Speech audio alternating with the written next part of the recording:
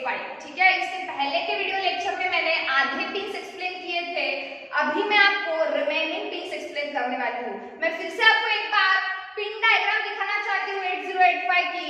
तो ऐसे pin diagram है जिसमें 40 पिंस है, x1 x2 reset out source seed then trap RSA 7.5 6.5 5.5 then INTR then bar INTA, उसके बाद एड्रेस एंड डेटा बस है 80 से लेके 87 तक। Here is BSS, then there is a BCC, hold HLDA, ठीक है, then clock out, then reset in, ready IO/M bar, S1 और S0 के बीच में है RD बार, WR बार और ALE, और लास्ट में है A8 से लेके A15 तक। Okay, so this is about the 40 pins of microprocessor 8085। अभी हम इसके बाद कुछ रिमेनिंग पिंस देखेंगे, that is nothing but जो नेक्स्ट ग्रुप हमारा था power supply and clock frequency. इसमें कौन कौन से पिंस आते देखो, VCC, VSS, X1 and X2 then clock out. ठीक है, इतने पिंस उसमें आते हैं।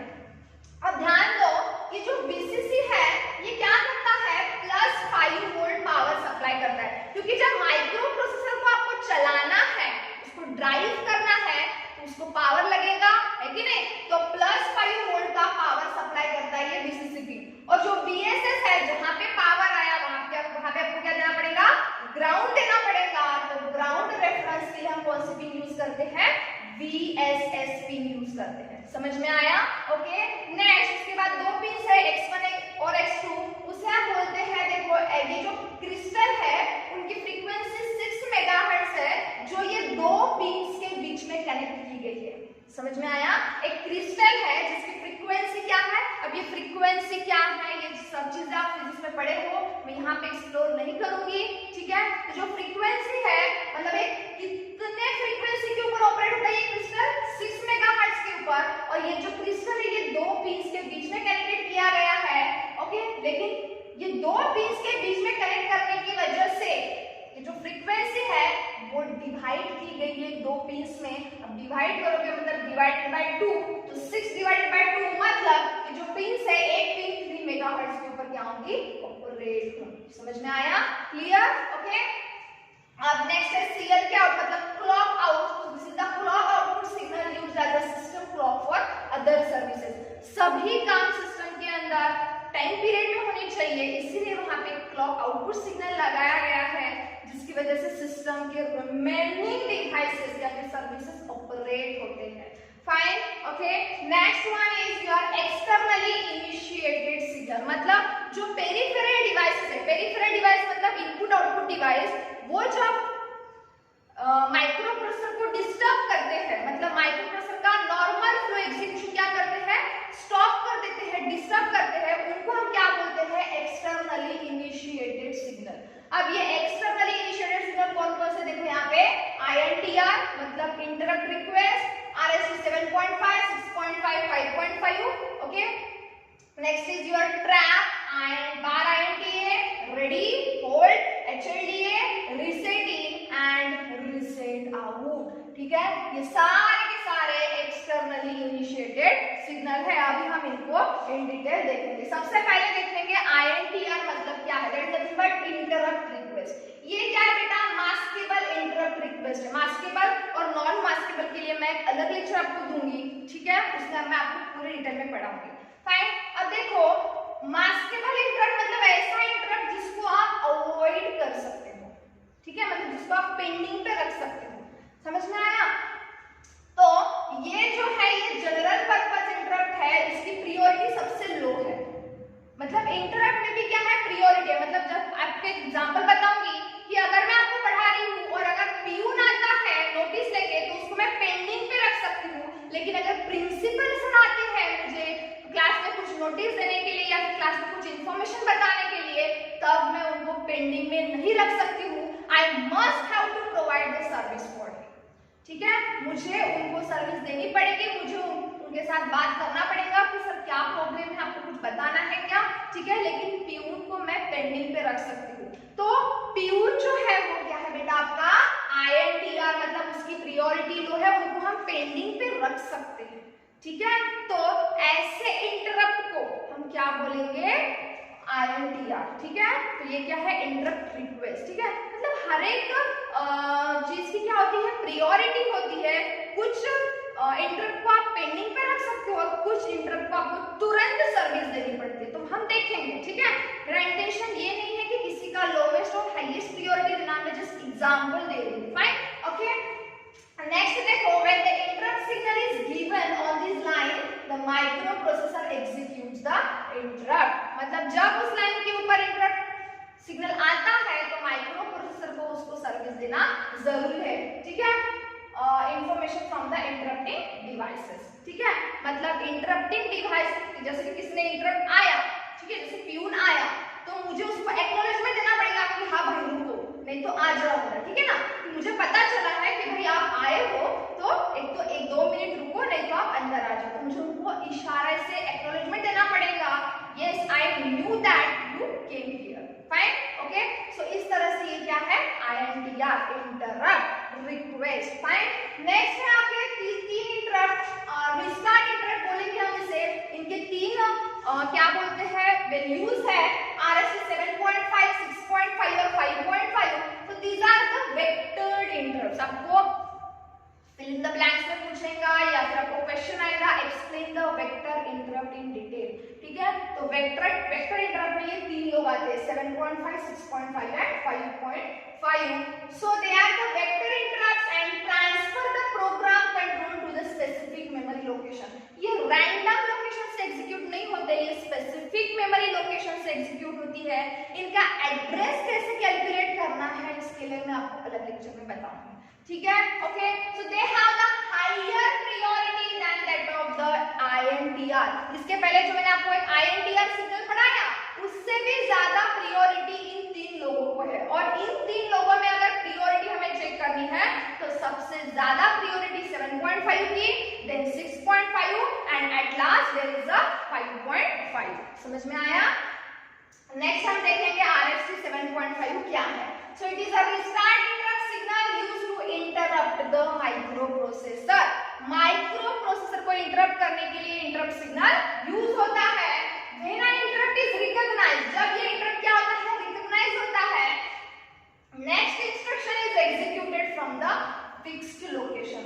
मतलब जैसे ही माइक्रोप्रोसेसर को पता चलता है कि भाई RST 7.5 आया है, तो उस वक्त जो उसके बाद का इंस्ट्रक्शन है वो कुछ पर्टिकुलर लोकेशन से रन होता है, एग्जीक्यूट होता है, और वो लोकेशन कौन सा है, तो यहाँ पे क्या है 7.5। 7.5 को 8 से मल्टीप्लाई करने के बाद जो कुछ भी आंसर आएगा वो डेसिमल में आएगा बेटा, और फिर उस डेसिमल वैल्यू का आपको क्या करना है, हेक्साडेसिमल में कन्वर्जन करना है, तब जाके आपको मिलेगा 3CH। और हेक्साडेसिमल वैल्यू हम 4 डिजिट्स में लिखते हैं, इसलिए सामने 2 0 लगाए हैं।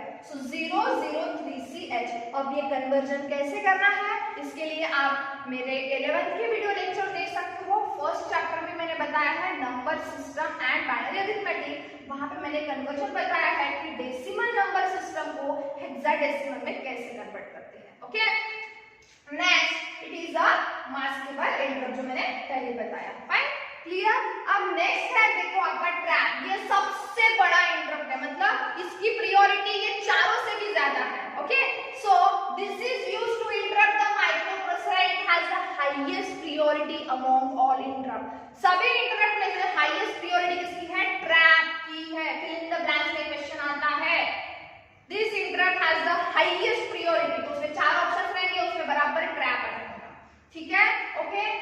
When an interrupt is recognized, next instruction is executed from the fixed location, that is nothing but 0024H। ठीक है, तो इसके लिए भी कन्वर्जन किया गया है और फाइनल वैल्यू आपको क्या मिली, 0024H। And this are non maskable interrupt, इनको आप पेंडिंग में नहीं रख सकते हो।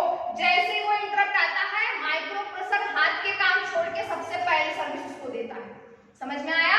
ठीक है, this is nothing but trap. अब उसके बाद देखना है INTA। इसके लिए मैंने पहले बताया कि अगर कोई INTR आता है, मतलब इंटरप्ट रिक्वेस्ट आती है माइक्रोप्रोसेसर के पास, तो माइक्रोप्रोसेसर को उस पेरिफेरल डिवाइस को बताना पड़ता है कि हाँ भाई मुझे आपकी रिक्वेस्ट मिल गई है, मतलब उसको तसल्ली मिल जाती है पेरिफेरल डिवाइस को कि मेरी रिक्वेस्ट माइक्रो प्रोसेसर के पास पहुंच गई है। समझ में आया? So the microprocessor acknowledges an interrupt request by INTA signal. Fine. Next is the ready pin. अब ये ready pin क्या है? देखो, it inputs the signal used by microprocessor to sense whether the peripheral is ready to transfer data or not.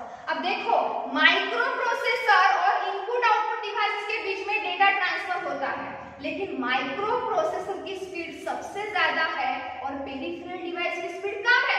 मतलब वो data कम speed से receive करता है और कम स्पीड से ट्रांसफर करता है, जबकि माइक्रो प्रोसेसर उसके कई गुना ज्यादा स्पीड से डेटा रिसीव करता है और ट्रांसफर करता है। तो दोनों के बीच में कम्युनिकेशन होना चाहिए। मतलब जब माइक्रो प्रोसेसर को डेटा सेंड करना है पेरिफेरल डिवाइस को, तो पेरिफेरल डिवाइस ने बताना चाहिए कि हाँ भाई मैं रेडी हूँ डेटा रिसीव करने के लिए, या फिर हाँ भाई मैं रेडी हूँ डेटा को सेंड करने के लिए।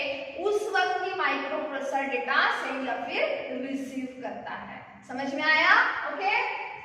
सो जब ये रेडी पिन हाई होती है तो पेरिफेरल डिवाइस रेडी है, और जब ये पिन लो होती है तो आपका जो माइक्रो प्रोसेसर है वो वेटिंग स्टेट में जाता है। मतलब जब माइक्रो प्रोसेसर को डेटा सेंड करना है पेरिफेरल डिवाइस को, तो अगर वो रेडी है तो कैसे पता चलेगा? जब ये पिन हाई होगी, रेडी पिन। मतलब माइक्रो प्रोसेसर के समझ में आ जाएगा कि हाँ पेरिफेरल डिवाइस रेडी है डेटा एक्सेप्ट करने के लिए। बट अगर वो रेडी नहीं है तो उसको कैसे समझ में आएगा? माइक्रो प्रोसेसर को वो कैसे रिकॉग्नाइज करेगा कि वो जो पिन में सिग्नल है वो क्या है? लो है। मतलब स्पेसिफिकली ये जो पिन है ये सिंक्रोनाइज करने के लिए यूज होता है। किसके बीच में? माइक्रो प्रोसेसर और पेरिफेरल डिवाइस के बीच में। ठीक है। नेक्स्ट है आपका hold and HLDA। Hold and HLDA क्या है? देखो, hold pin, when the hold pin is activated by the external signal, the microprocessor relinquishes the control of buses and allows the external peripherals to use them. अब आपको example बताती हूँ। एक DMA controller है, ठीक है, एक्सटर्नल डिवाइस है जिसको माइक्रोप्रोसेसर का एड्रेस या फिर डेटा बस एक्सेस करना है। ठीक है, समझ में आया?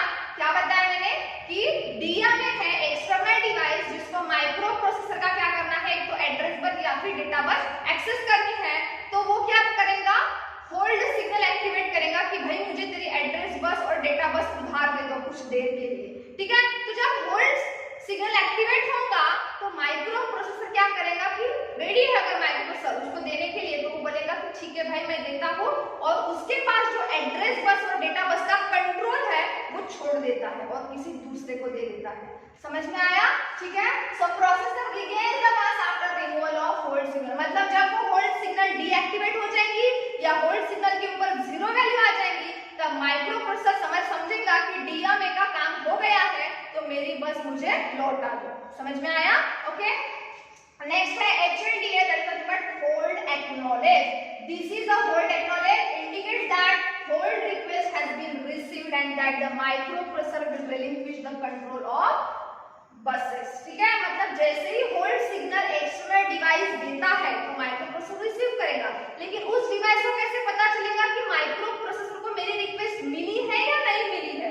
तो उस वक्त आपका माइक्रोप्रोसेसर उस डिवाइस को एक अलग सिग्नल भेजता है, जो कौन सा सिग्नल है? HLDA, मतलब होल्ड एक्नॉलेज। वो बताता है कि भाई तुम्हारी जो रिक्वेस्ट है वो मुझे मिल गई है और उसी का एक्नॉलेजमेंट मैं अभी तुम्हें भेज रहा हूँ। समझ में आया?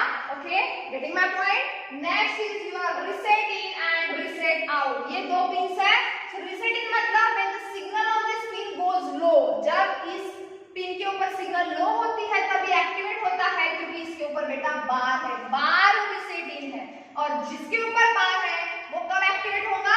जब आप उसको जीरो दोगे, मतलब लो इनपुट दोगे, तो उस वक्त क्या होगा? प्रोग्राम काउंटर 000H पे सेट हो जाएगा, बसेस ट्राई सेट होंगे और माइक्रोप्रोसेसर यूनिट भी रीसेट हो जाएगा। ठीक है, मतलब कोई भी नेक्स्ट इंस्ट्रक्शन एग्जीक्यूट नहीं होगा। और रीसेट आउट मतलब इसमें क्या होता है कि आपका माइक्रोप्रोसेसर यूनिट जो है वो रीसेट हो जाता है और रिमेनिंग डिवाइस को रीसेट करने के लिए सिग्नल यूज होता है। Okay, so this is all about the reset in and reset out. Fine. Next है आपका last, that is nothing but serial IO ports. यहाँ पे दो है, सीड और सोड। मैंने बताया SID मतलब सीरियल इनपुट डेटा और SOD सीरियल आउटपुट डेटा। तो SID क्या करता है, डेटा सीरियल वे में जाता है, 0 1 1 0 सीरियल वे में डेटा अंदर जाता है, आउटपुट मतलब वहां से बाहर निकलता है, ठीक है।